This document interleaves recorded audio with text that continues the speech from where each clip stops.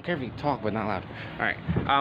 Alright guys, so finally I got the part I need for the radiator. I didn't make a video after I did the last unboxing of that Mishimoto radiator, but I guess I'll go in front and show you guys real quick. And I didn't unbox it yet. Okay, so I had an issue with the radiator. The old fan, the stock fans on it, I'll have to pop the hood, and I'm sure you guys will see why I had to get new fans and why I had to put the old radiator. Oh, I just popped the trunk. Damn it. Anyways, so my mistake was that hold on one second. Usually try to have everything prepared for when I start a video. So obviously, as you guys can see, I've showed this before. This is what happens when you have radiator that leaks all over the place. It gets all over the car. So obviously you guys see from last time, the radiator is sitting inside right now, the new one. I had put it in and I had used it for a little bit. Problem is, the fan on this side right here that I'm showing you guys, completely scratched up my radiator on the right side, and I will show you guys that in a minute because I'm going to go show you. This one doesn't. This one sticks out farther, as you can see from the angle. This sticks out farther. This is close to the radiators, but it doesn't touch the fan. See how much gap there is there, and there's lots of gap there. The new Mishimoto radiator sticks out. Let's see if you guys can see my finger. Okay, from this hose right here, where I'm touching, you guys can't see my finger.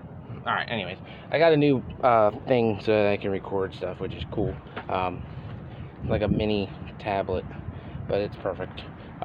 So this is gonna be getting replaced, and hopefully I will have everything okay.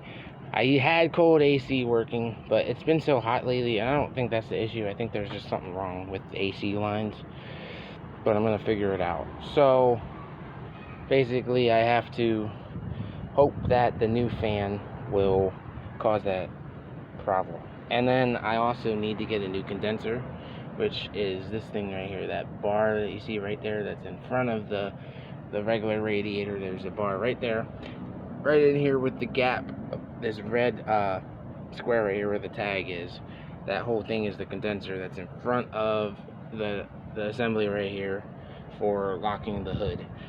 It's called a radiator condenser, and so basically I need to get that replaced, because obviously that radiator is old, and that's a stock radiator. The new one I got is like 3 times as big. It's a Mishimoto radiator.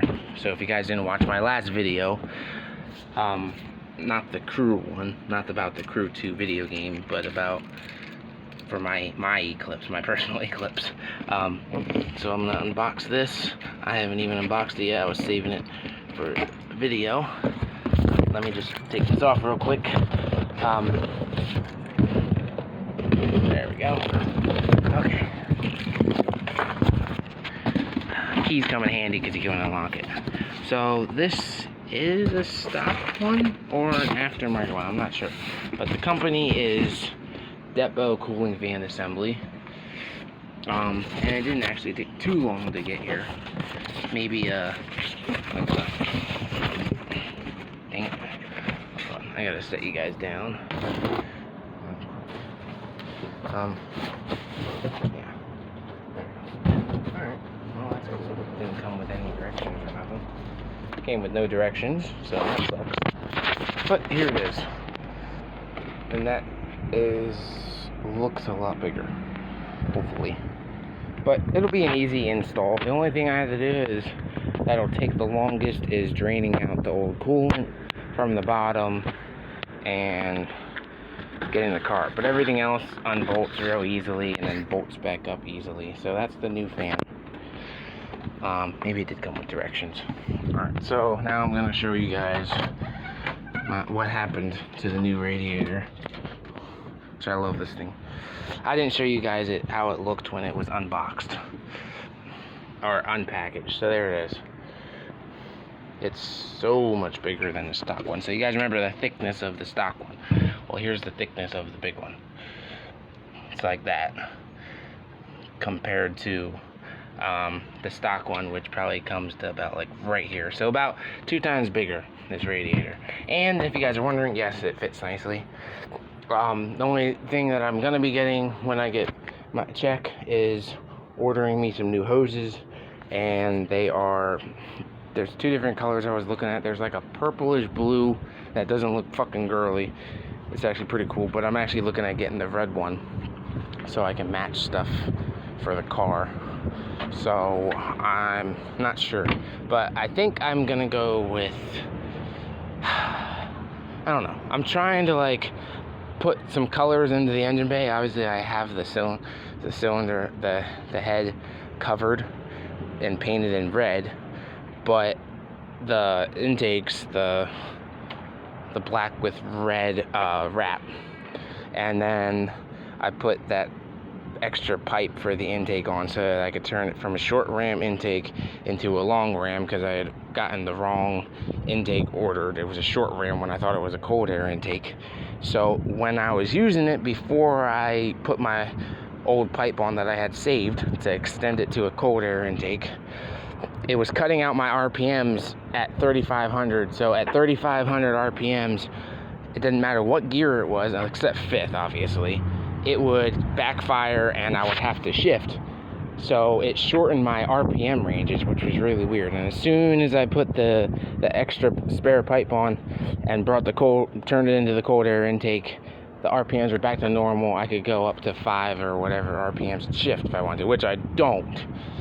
I usually shift right at 3.5 to 4, but it wouldn't let me go to 4 when I wanted to if I was racing, or not racing, but anyways, I'm on there, so hopefully there's nobody that find out anything bad. But anyways, everybody likes to have fun with their cars, so whoever watches these videos, you know what I'm talking about.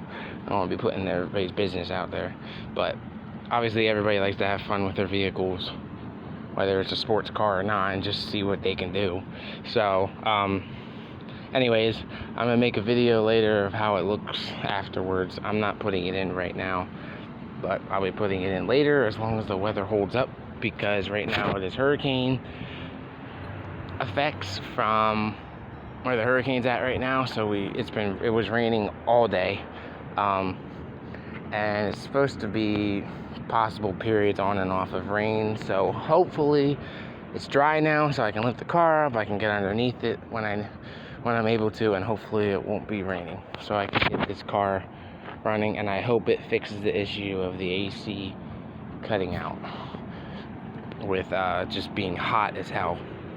And the other issue that sucks is these are worse than Evos, is the eclipses burn oil so bad, and I still have to wrap the header because I haven't wrapped the header yet, so it burns so hot, which causes the engine to be even more hot, which nobody likes to wrap it up because it makes the engine bay look prettier. It looks nice. Everybody likes seeing that shiny chrome, and I do too, but it's time to be smarter and be safe about making sure your car's safe versus making it look nice. So I had it looking nice for a while, and it's time to be safe, so my car's working okay. Because during the heat, when it's 90, 100 degrees, which has been like that constantly this summer, the last couple months, it has been between 90 to like 100, and I think the hottest we've had so far is maybe 108, 107 humidity and real feel temperature. So not good for this car. And it's just obviously having a cracked radiator, having a fucked up condenser, it just doesn't work well. So I gotta get it fixed, and it's gotta be running right. So I'm gonna end the video here, and you guys have a good one. Stay safe, and please comment, like, subscribe. Let me know what else you want to see. You can ask questions on what my plan is for this car. Maybe I'll just make a video on what my build plan is for this vehicle.